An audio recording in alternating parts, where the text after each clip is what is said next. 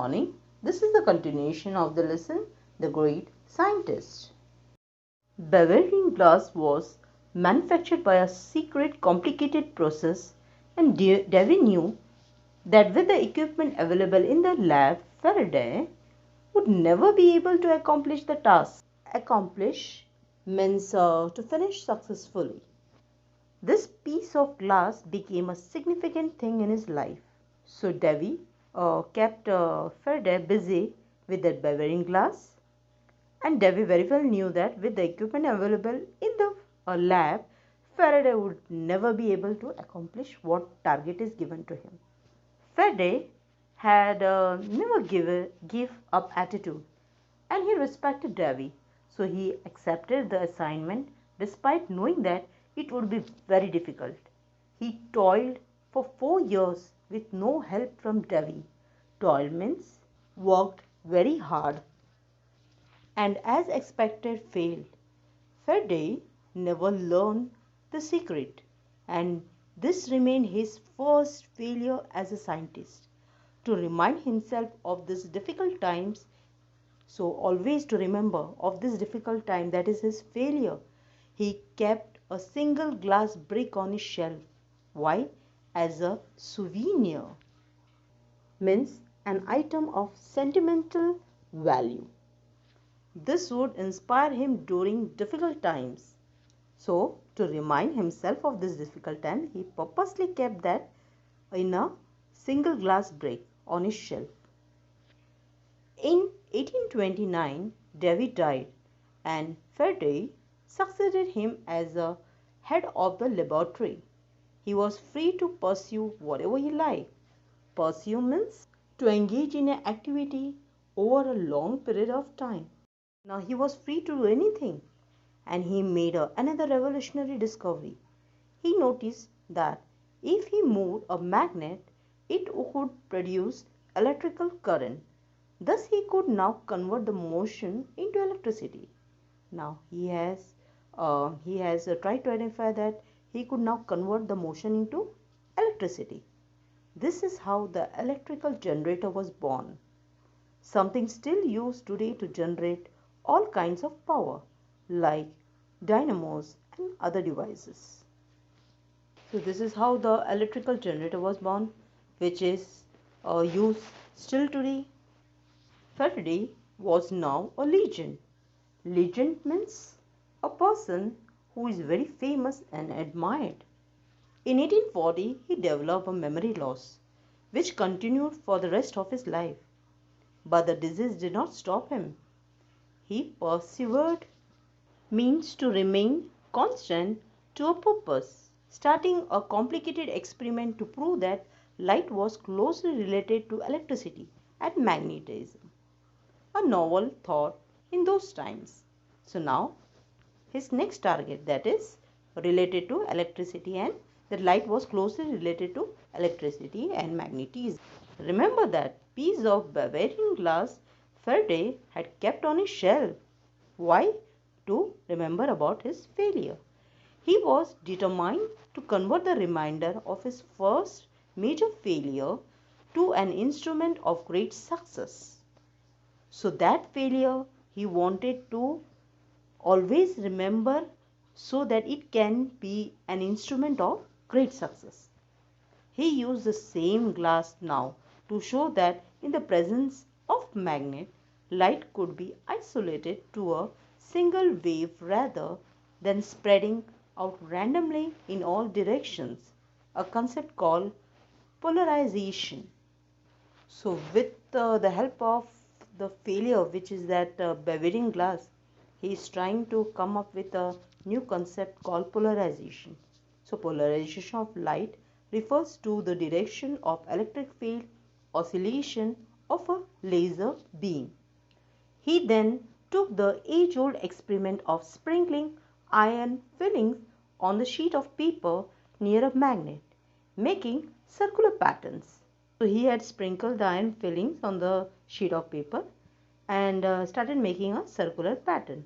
He went on to prove that these patterns were not a property of the iron fillings. In fact, they were due to the invisible magnetic fields that fill the empty space around the magnet and hence disturb the fillings.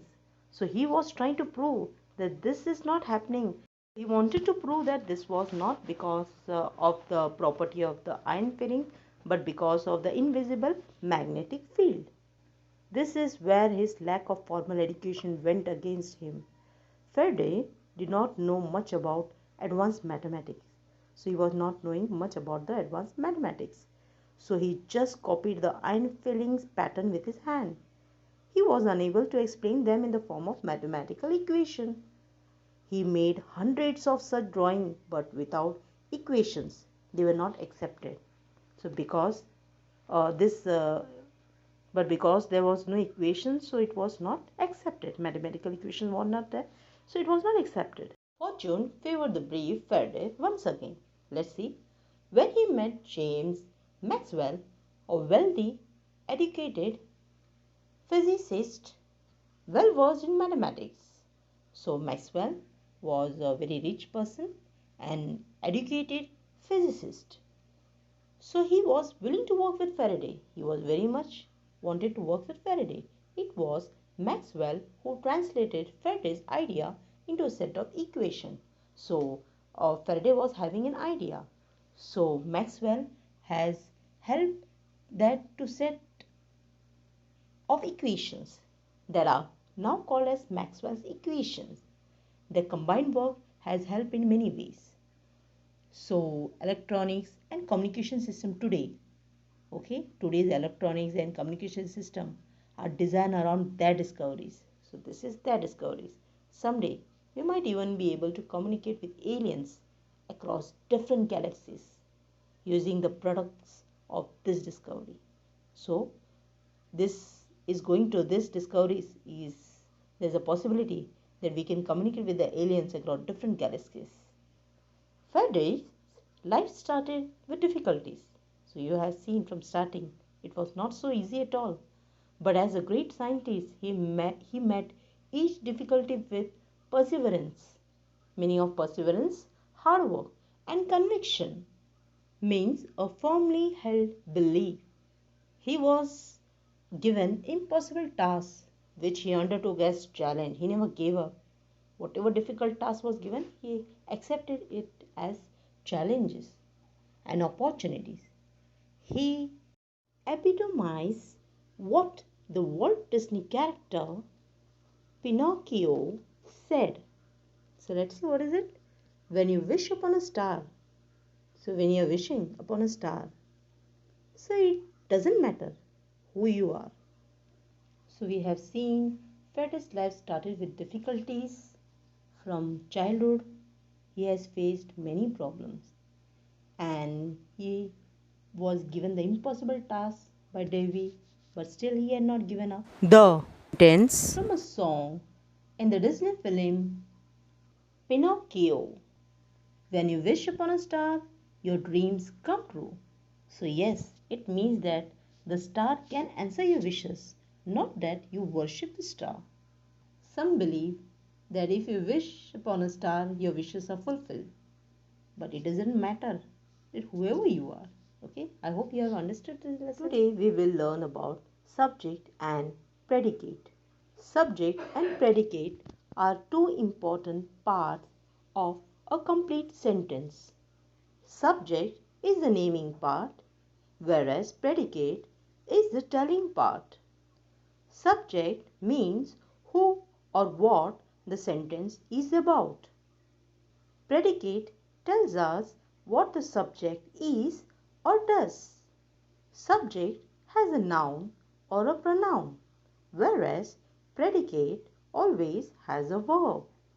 The easiest way to differentiate between subject and predicate is to first identify the verb in the sentence. Then ask the question who or what with the verb will give you subject as the answer. The sentence here is the children are swimming in the pool. Here, are swimming is the verb.